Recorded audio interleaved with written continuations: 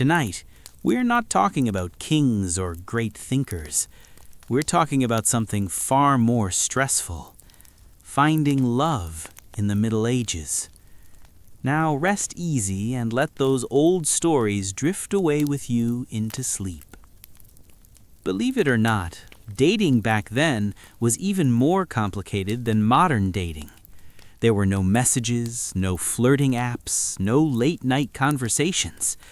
Just plagues, strict rules, and a lot of very serious adults making decisions for you. So get comfortable, lower the lights, maybe let a fan hum quietly in the background, and let's drift gently into the strange world of medieval romance. Imagine yourself standing in a small village or inside a cold stone castle, wondering how people fell in love back then. You might think you'd start a conversation, offer a compliment, take a walk together. That didn't really happen. In the Middle Ages, dating as we know it didn't exist. Marriage was decided by parents, lords, or church leaders. Who you married, when you married, and what came with the marriage were usually planned long before you had any say. If you were born into a noble family, you were often promised to someone as a child. You might meet your future husband or wife for the very first time on your wedding day. Romance had very little to do with it. These marriages were about land, power, and family alliances. If you were a peasant, life was slightly less formal, but not much freer. Your family still chose carefully. Maybe they liked a girl whose family owned strong goats. Maybe a boy who could repair a roof without falling. That was enough. Congratulations, you're courting. People back then still had feelings. They still dreamed and hoped, but love wasn't the priority. Survival was. Marriage was about stability, inheritance, and making life a little easier. Falling in love before marriage was risky. Falling in love outside of marriage was scandalous. Unless, of course, you were the subject of a tragic poem. Then it was considered romantic. Still, people dreamed quietly. A stolen glance at the market, a short poem written on scrap paper, a crush on someone your family never approved. But most of the time, you waited, you obeyed, and you tried very hard not to fall in love with the wrong person. Because in the medieval world, marriage belonged to parents, priests, and politics, not the heart. Before anyone even thought about courtship, there was one important question. What do you bring to the table? If you were a young man, you needed land, animals, tools, or a sturdy home. Love letters were nice, but 2 healthy oxen were better. If your family had nothing to offer, your romantic future was uncertain. If you were a young woman, your family needed a dowry. That could be money, clothing, or sometimes a surprising number of geese. It didn't matter how clever or kind you were. Without a dowry, marriage was difficult. Even if 2 people liked each other, it often didn't matter. If their families weren't equally matched, the relationship simply couldn't happen. Among nobles, it was even stricter. Marriage was about borders and alliances. You weren't just a person, you were a living agreement. Even peasants married for practical reasons. You didn't marry for romance. You married because your land touched someone else's land, and working together made sense. Love was something you hoped would grow later. Sometimes people tried anyway. A small gift, a carved spoon, a ribbon, a simple smile. But in medieval life, money and property did the flirting. Love was just a bonus. Now if you happened to be a knight, your love life took a very different turn. Welcome to courtly love. This wasn't dating. It was more like emotional theater. A knight would choose a noble lady, often already married, and promise to admire her from a distance, very far away. No touching, no real relationship, just longing. The knight wrote poems. He wore her colors in tournaments. He sighed dramatically. He fought duels inspired by her name. The lady's role was to remain distant and mysterious. She might send a small token in return, a ribbon, a letter, but never too much. The distance was the point. At most, there might be a brief glance across a hall, a hand brushing a glove. Anything more would turn romance into scandal. Courtly love worked best when everyone pretended it wasn't serious. It allowed people to express feelings without breaking social rules. Dramatic? Yes. Practical? Not at all. But it gave lonely knights something to dream about between battles. And if you wanted to show affection without speaking, there was one final medieval solution: tokens. Think of them as very slow, very confusing text messages. A glove, a sleeve, a ribbon, a small pendant. These items carried meaning, but never clearly. Sending the wrong token to the wrong person could cause all kinds of trouble. Everyone understood the message. No one ever said it out loud. And that was medieval romance.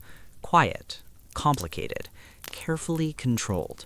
A world where love existed, but always had to wait its turn. Medieval romance wasn't really about clear messages.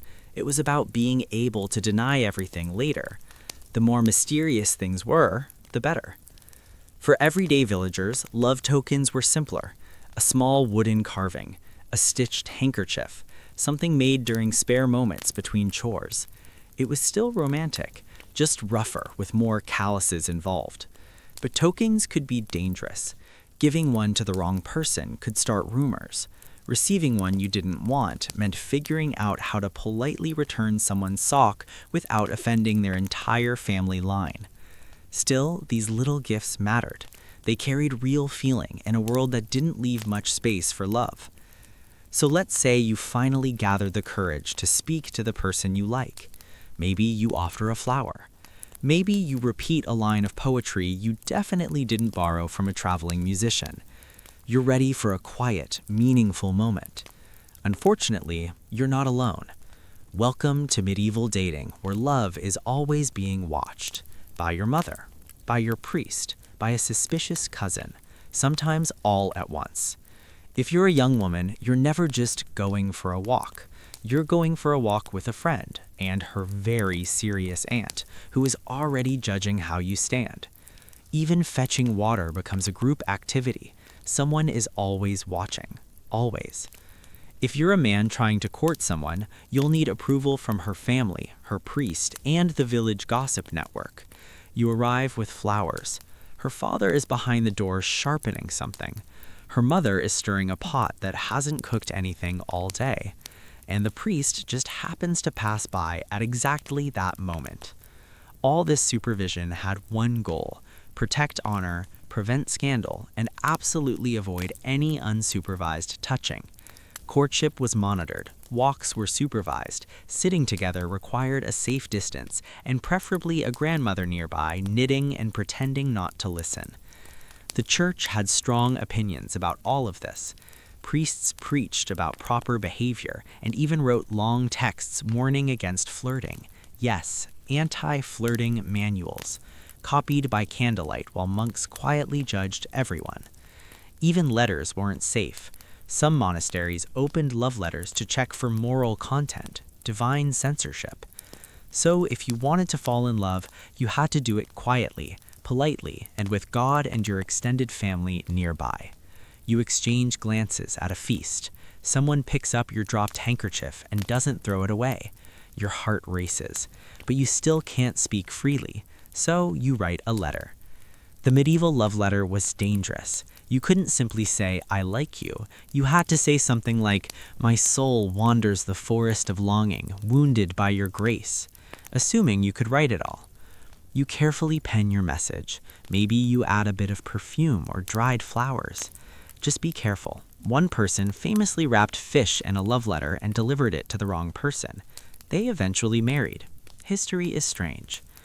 Delivering the letter was another challenge. You needed a servant, a friendly monk, or a younger sibling who didn't fully understand consequences. Sometimes even a minstrel helped, singing your poem in public while pretending it was anonymous. The poetry was risky, too physical, and suddenly you're confessing sins instead of feelings. Still, people wrote. Some letters survived. In a tightly controlled world, a few hidden words felt rebellious. Then, at last, a festival, a rare day when life wasn't just work and prayer. Music played, ale flowed, people laughed. Festivals were one of the few times flirting was almost allowed. Almost. Peasants showed off by racing, dancing, or doing something impressive without injuring themselves. Dancing was especially important. It allowed brief, accidental hand touches, just enough to feel something. Nobles flirted with poetry, compliments, and small gifts. Offering food helped too. If your crush accepted the pie, good sign. If they gave it to their dog, try again later. But remember, someone was always watching. One wrong move and your smile became a sermon topic. Still, for a few hours, people pretended. Pretended love was simple. Pretended laughter wasn't suspicious. For peasants, romance was practical. You weren't looking for a soulmate. You wanted someone reliable, someone who worked hard, someone who could survive winter. Courtship happened during chores, talking while tending animals, walking to the mill. No poetry, just weather, crops, and who fell into the well again. Gifts were useful. Eggs, firewood, vegetables, maybe a carved spoon if you were feeling bold. If things worked, families agreed, and marriage followed quickly. You built a life together. It wasn't glamorous, but it was honest. Marriage itself was a contract, witnesses, blessings, and a serious discussion about cows, land, and inheritance. Among nobles, it was even more complex. Families negotiated. The bride and groom mostly stood there, nodding. Love was optional. The agreement was not. Divorce was rare. Annulments existed, but required paperwork, luck, and usually money. Sometimes couples grew to love each other anyway. Shared work has a way of doing that. And sometimes, very rarely, people married for love alone. Those couples caused scandals. Families panicked. Gossip exploded. But a few lovers escaped and became legends. Because love, inconvenient as it was, refused to disappear. So if modern dating ever feels dramatic, remember at least you don't need secret weddings, angry nobles, and a horse tied to a ladder outside your window. Marriage in the Middle Ages had a nasty habit of disappointing people. Maybe you thought love would magically bloom after exchanging land, livestock, and wevels blessed by the church. Spoiler, it usually didn't. And once you were married, that was it. No divorce papers, no clean exits. Marriage wasn't just a contract, it was a wholly permanent bond backed by God, the church, and public judgment. You could try for an annulment, but "we don't get along" wasn't even close to good enough. You'd need proof of something serious. Underage marriage, secret prior spouses, forbidden blood relations, or, best of all, a marriage that was never consummated. Even then, someone had to swear it was true. Awkward, risky, rarely successful. If you were noble, things were worse. Your marriage wasn't about you at all. It was political. Ending it could spark feuds, scandals, or outright violence. So most unhappy couples did what people have always done under bad systems. They endured. Separate beds, forced dinners, long sighs. Passive aggression became an art form. Feelings got stitched into embroidery or poured into angry prayers. Affairs happened, of course, quietly when possible. Nobles kept secret lovers. Peasants leaned a little too hard on helpful neighbors. The church disapproved loudly, which mostly just taught people how to sneak better and blame fate when things went wrong. For women, escaping a bad marriage was especially grim. Even abuse or abandonment rarely earned sympathy. Society expected loyalty, silence, and survival on scraps, both literal and emotional. Still, some marriages softened over time, turning into practical partnerships shaped by routine, shared labor, and mutual endurance, rather than love. Then came widowhood, the unexpected plot twist. If your spouse died, plague, accident, bad luck, or an unfortunate encounter with a goose, you were suddenly free. Not free, but freer than before. Widows, especially women, gained real independence, managing property, making decisions, even speaking publicly without immediate dismissal. And remarriage? Fast, very fast. Survival didn't wait for long mourning. A widow with land was prime real estate. Suitors arrived quickly, some sincere, others suspiciously interested in livestock. Widowed men were pushed back into marriage almost immediately. Someone had to run the household and raise the children. Second marriages were often gentler, less pressure, fewer illusions. This time you chose someone to survive with, maybe even someone you liked. Love existed, not dramatic poetry love, but the quiet kind, built on shared experience and mutual understanding. Still, rules applied. Remarried too quickly and the church frowned. Families argued over dowries and inheritance. Nothing kills romance like fighting your in-laws over butter churns. But people remarried anyway. Life was short, winters were long, loneliness was worse. And before falling in love, there was one crucial medieval question. Are you cosmically allowed to? Love wasn't just emotional, it was mystical. Astrology mattered, birth signs were checked, unlucky moons raised red flags, birthmarks might mean destiny or doom. The church enforced strict family rules. Cousins were off limits unless you were wealthy enough to buy permission. Social class mattered too. Noble peasant romance was scandalous and usually ended as a tragic folk song. You may know great conquerors like Alexander or Julius Caesar, but fewer people know the queen who defeated Cyrus the Great. Tomyris ruled the Massagetae, a nomadic warrior people of Central Asia. Her power didn't come from palaces or gold. It came from authority, grit, and a culture that valued strength, even in women. Her people lived hard lives, harsh winters, endless migration, constant threat. Women fought alongside men. Leadership was earned, not inherited. Tomyris wasn't an exception. She was the ideal. Cyrus, fresh from conquering empires, turned his gaze east. First, he tried diplomacy, proposing marriage. Tomyris saw through it immediately. This wasn't love, it was conquest. She refused. So Cyrus invaded. He laid a trap, leaving behind wine and food, luxuries unfamiliar to nomads. Tomyris' son led a raid, drank too much, and was captured. He later took his own life in Persian custody. That changed everything. Tomyris warned Cyrus to leave or face her vengeance. He ignored her, and when battle came, it was brutal. According to Herodotus, Tomyris led her warriors herself. The fighting was savage. When it ended, Cyrus was dead. Legend says Tomyris ordered his head placed in a wineskin filled with blood and told him to drink his fill. Whether every detail is true almost doesn't matter. What matters is this: she won. A nomadic queen shattered the myth of an unstoppable empire, and then she walked away. No conquest, no throne. Justice was enough. Her story still carries a warning on the wind. Challenge her, and blood will answer. So when you hear about the fall of a mighty king, remember this: sometimes empires don't collapse under another empire's weight. Sometimes they fall to a queen on horseback, erased from records, but never from memory. Now imagine a life without walls of stone or streets that stay in one place. Your home is stitched from felt and hide. Your doorway opens straight into the horizon. There are no cities to inherit, no monuments to outlast you, only movement, the steady rhythm of hooves, the hiss of grass in the wind, the sky always changing. For ancient nomads, permanence was an illusion, mobility was power. From the vast Eurasian steppe to the burning sands of Arabia, nomadic peoples shaped history without ever carving their names into marble. They weren't aimless wanderers, they were master strategists, guided by seasons, grazing routes, weather, and an intimate knowledge of land that farmers and kings never truly understood. Their homes, yurts, tents, rolling wagons, were portable strongholds built to vanish overnight.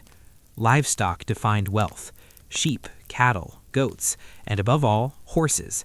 Land meant nothing if you couldn't defend it, but a horse meant survival. Riding wasn't a skill, it was life itself. To ride well kept you alive. To ride better than everyone else made you powerful.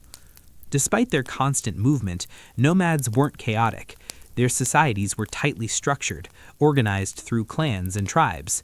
Leadership wasn't always inherited, it was earned through courage, persuasion, wisdom, or battlefield brilliance. Loyalty wasn't to a crown or a capital, but to people, forged in shared hardship and proven under fire. Nomads weren't isolated either. They were the arteries of the ancient world. Long before empires understood globalization, nomads were already moving silk from China, spices from India, silver from Persia, and people from Europe. When trade failed, raids followed, fast, precise, devastating. To settled kingdoms, this looked like chaos. To nomads, it was leverage. Their history wasn't written, it was spoken, sung, remembered. Laws, legends, and identity lived inside elders and poets. Stories weren't entertainment, they were survival manuals. A single voice could carry centuries. Empires called nomads unpredictable and dangerous. Nomads called themselves free. Before the Mongols ever thundered across Eurasia, the Scythians ruled the steppe. Between the 9th and 2nd BCEs, they dominated the lands from the Black Sea deep into Central Asia. Greek writers feared them, labeling them barbarians. The Scythians saw themselves as warriors bound by honor, vengeance, and movement. Children learned to ride almost as soon as they could stand. Their weapons were designed for speed, compact bows fired at full gallop, curved blades, spears built for mounted combat. And warriors weren't only men. Graves reveal women buried with weapons, their bones scarred by real battles. These weren't ceremonial symbols or legends carved into stone. These women fought, lived, and bled as warriors. Ancient Greek writers were both fascinated and unsettled by this reality. From their distant cities, they spun stories of the Amazons, fearsome warrior women said to roam the edges of the known world. The myths were exaggerated, but the truth beneath them was very real. Among nomadic societies, survival demanded strength from everyone, regardless of gender. In Mongol culture, women held remarkable authority. While men rode out to raid or conquer, women ran the camps, managed resources, and ensured the tribe endured. Some went far beyond the domestic sphere. The daughters and daughters-in-law of Genghis Khan ruled territories, commanded troops, and negotiated alliances. One of the most powerful figures of the era, Sorgoth Khanty Beki, shaped empires not through brute force, but through strategy, intelligence, and quiet influence. She raised future emperors and determined the fate of nations. In the Bedouins of the desert, women exercised power in subtler ways. A woman's tent was her domain, a place of authority and hospitality.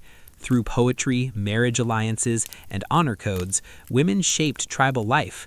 In many cases, they could own property, initiate divorce, and control wealth measured not in gold, but in camels, the lifeline of the desert. Their influence was woven into daily survival. Spiritual authority often rested in female hands as well. Across Turkic and Siberian cultures, women served as shamans, healers, visionaries, and keepers of ancestral wisdom. They weren't outsiders or mystics on the fringe. They were respected pillars of their communities, guiding both the living and the unseen. Nomadic life demanded flexibility. When a man fell in battle, a woman stepped forward without ceremony. There was no time for rigid hierarchies when survival was at stake. On the open steppe and desert, strength was measured by action, not titles. Their spirituality reflected this way of life. Nomads did not build temples to contain their gods. The sacred moved with them. The sky, the land, the wind, and fire were alive with meaning. Among steppe cultures, the wind carried messages, rivers held spirits, and mountains stood as guardians. Faith was not separate from life, it was embedded in every journey. For the Mongols, this belief took form in Tengri, the eternal blue sky. Tengri was not worshipped behind walls. He was everywhere, above, watching and judging. Genghis Khan claimed his right to rule came from the sky itself. Fire burned at the heart of every tent. Ancestors were honored, and shamans guided both politics and healing. Nomadic faith was adaptable. As tribes encountered Buddhists, Muslims, and Christians, they absorbed elements without losing their core beliefs. Empires rose and fell, but nomads carried their gods lightly, ready to move again. They left few monuments behind, no pyramids, no cathedrals. Their capitals vanished with the seasons, and yet their impact reshaped continents. Nomads built the arteries of civilization long before roads and railways. The Silk Road thrived because of their horses, knowledge, and diplomacy. They connected east and west, not through walls, but through movement. Empires feared them, and with reason. Where cities relied on fortifications, nomads relied on speed. Where monuments stood still, nomads adapted. They carried music, stories, technologies, and beliefs across vast distances. Printing traveled west, poetry traveled east. Entire cultures were shaped by people who refused to stay in one place. Even today, echoes of their world remain in oral storytelling, horsemanship, and values of resilience and independence. Nomadic cultures remind us that power does not need stone to endure, and that movement itself can change history. So when we look back at the past, it helps to look beyond the walls, beyond the cities and thrones. Between them rode people who shaped the world without ever stopping long enough to carve their names into it. And as the night grows quiet, it's worth remembering that history does not only belong to those who built monuments. Sometimes it belongs to those who followed the stars, listened to the wind, and carried their world with them wherever they went. Now let those stories drift with you, like hooves fading into the distance, softly, gently, into sleep. I'll see you in next video.